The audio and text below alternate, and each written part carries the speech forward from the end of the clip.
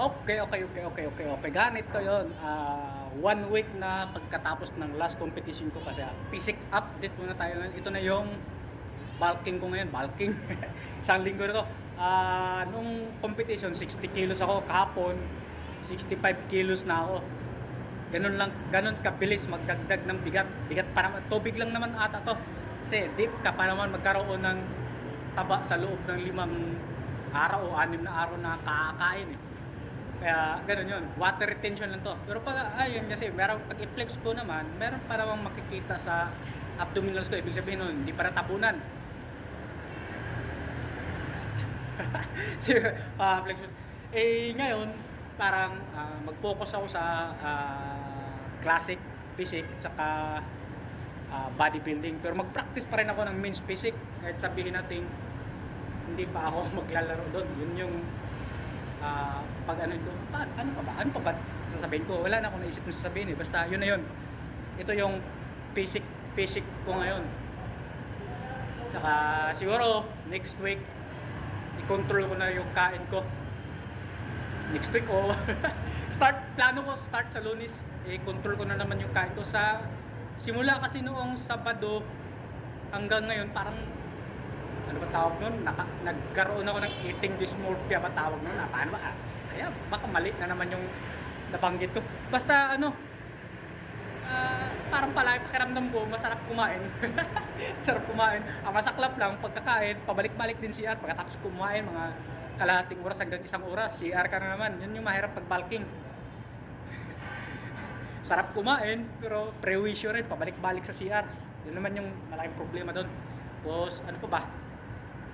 Basta yun na nga, ang target ko nito ngayon pagka next week parang ang goal ko every month magdadagdag ko ng 1 kilo sa loob ng 1 taon or 1 taon mahigit bago ako magkakating ulit. Kasi yun na nga, simula nung nag-umpisa ako sa fitness journey ko, hindi pa ako nagkapag-bulking ng maayos. Nag-start kasi ako 79 kilos. Pagkalipas ng 1 buwan, 1 taon, 4 na kilos, 4 na kilo lang yung nabawas sa timbang ko. Tapos yun, dahan-dahan hanggang dumating ang 2023, naisipan ko nang maglaro. Kasi nung time na yun kasi parang hindi, parang halos ganito yung mas makapal-kapal pa yung taba ko nito. Tapos hindi lang halos ganito lang kakita pala yung abdominals ko, pero nun mataas pa yung body fats. Ngayon kasi tubig lang to, natabunan lang ng tubig. Kaya kinukumpara ko lang. Tapos yun, nakita ko na nga abs ko, kaya doon ako naisipan sa 2023 na maglalaro ng bodybuilding para ma-challenge ko yung sarili ko na ibaba talaga ng husto yung body fats percentage ko. Noong 2023, 69 kilos ako noon. Tapos nung unang competition ko sa Batang Hippie Classic noong July 25, 2023, 59 kilos ako noon. Yun yung isa sa mga pinakamaganda kong kondisyon. Nga lang, hindi ko pa lang alam kung paano i-display. Tapos nitong mga sumunod na competition, medyo natututo na ako mag-posing, ang kondisyon naman yung nagkulang. Kasi yun na nga, nag-try and error ako eh. Parang ina-apply ko lahat ng mga nasasagap kong chismis or natutunan ko sa mga pinapanood kong failure. Lalo na nitong last competition ko. Medyo, sa tingin ko nagkulang ako sa pag hard cut. 3 weeks lang yung hard cut ko, tapos nung mag-hard cut na sana ako ng 3 weeks, nagkaroon pa ng problema sa palitan ng duty ko. Nagkaroon ako ng 48 hours na duty. Tapos napapunta sa agency, napachit meal, kaya palpak.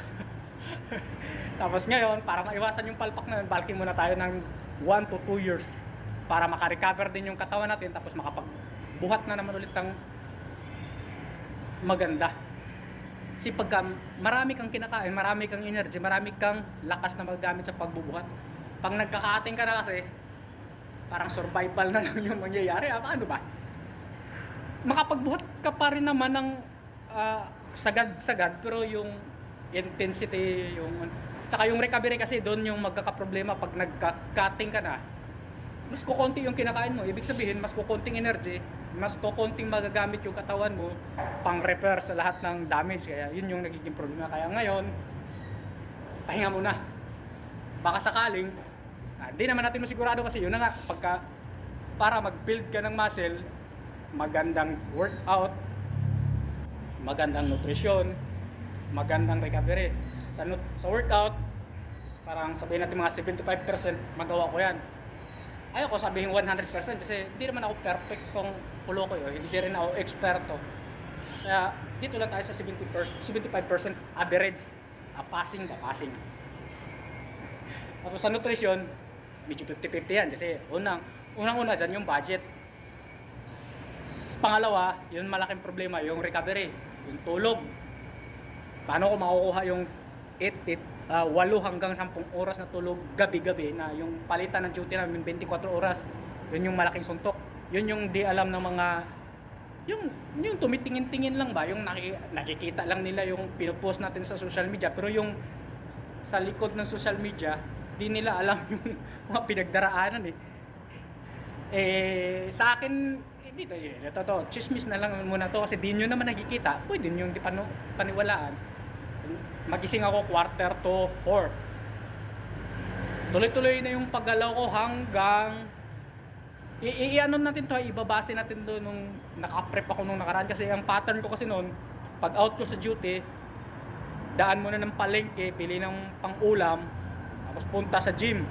Makakatulog ako noon mga 10 or 10:30 hanggang 2:00. Yun yung tulog ko lang sa araw. Tapos ilang oras yung parang ginalaw-galaw ko doon. Nagsimula ng 3:45 hanggang 10 ng umaga. Kinabukasan 4, 5, 6, 7, 8, 9, 10. 24 hours plus 6 hours. 30 hours. Sabihin natin 30 hours akong gising. Na makakatulog ng 3 to 4 hours sa araw. Tapos sa gabi 6 to 7 hours. Kaya wala talagang maayos na recovery. Kaya kahit pa paano, pasalamat pa rin ako kaya sa na-build kong ganito. At sabihin pa, marami pang puna-puna na wala daw akong improvement. Observation nila yun, opinion or observation o kung ano-ano pa may tawag nun. Basta sa kanila yun. Kaya di ako napipressure kasi alam ko yung mga kulang sa akin para mag-progress. Kaya ngayon, binabago ko naman ng kaunti. Pagka out ko sa duty, kakain muna ako, matulog bago magbuhat. Tapos ang buhat ko, sabihin natin 1 to 2 hours, tapos 1 oras na cardio. Yun yung gawin kong pattern ngayon. Yung observe ko kung ano yung magiging tawag nito, yung response ng katawan ko ba. Kasi yung ganung pattern na pagkagaling sa duty, pag out sa duty, galing 24 hours duty, tapos pag out ko, magbuhat, kakain, matulog. Simula nung nag-lockdown yun ito yung nagiging progress niya. Ngayon, sa loob ng 2 taon, i-observe ko kung alin yung mas magandang response o mas magandang progress. Pagka mas maganda yung ganung nakasanayan kong routine dati, di babalik ako doon. Kaya ngayon subukan, hindi pa na makikita kasi di na makikita yan sa loob ng 1 linggo. Years talaga bago makikita yung resulta. Kaya yun yung chismis sa araw natin ngayon. Pagkatapos di natin kalimutan yung posing. Well, kahit nga ang plano ko ngayon classic at saka bodybuilding na, pero ipapractice ko pa rin yung means basic na mga posing. Bakit? Malay natin isang araw may magtatanong sa atin kung paano i-execute yung mga posing kahit di lang mai-share din natin ng kaunti sa iba kung yung natutunan natin practice. Ano yun? Kaya ganito to. Yun yung front pose ko pa rin. Piga sa abdominals, ibuka yung lats. Sa akin kasi itong hinlalaki, ipiga ko rito sa biwang para magkaroon ng tension dito kasi ito lang naman tingnan ito nakatago naman dito natin lagyan ng puwersa, tapos ito parang medyo relax lang tingnan sa harap, pero yung hinlalaki yung ipiga para ito magkaroon ng tension. Pagka ayaw kong ipuwersa, ibuka ko lang yung lats. Pag puwersa ko, mag-iba rin ng county yan. Hindi naman ganun kalaki, pero merong konting pagbabago yan. Tapos, yun yung practicein ko bago ako yung relax pose. Kunyari ganito pagka sinabing front pose, kailangan consistent yung piga ng abdominals ko. Yun yung papracticein natin ngayon. Turn to front pose. ito yung front post pa rin. Ito na yung pang-practicein ko kasi ito yung common na ginagamit sa mga amateur na na competition. Sinabing turn to your right, i-change step ko lang. Yun lang yung mali. Nakalimutan ko yung pag-tension nito. Dapat nakapiga pa rin sana yun. Consistent yung piga. Yun, na-close ko naman. Pero ihabol natin. Kailangan nakabuka yan. Yung transition papuntang back. Back pose.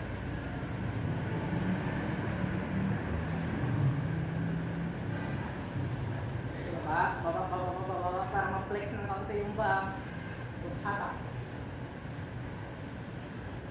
I-hold na rin ang kaunti para kitang-kita yung Christmas tree. Bumpa.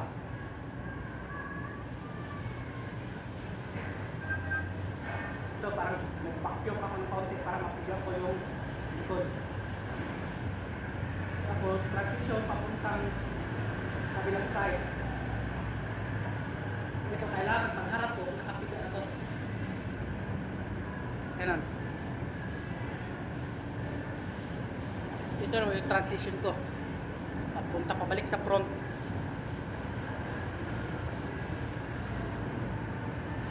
Balik relax.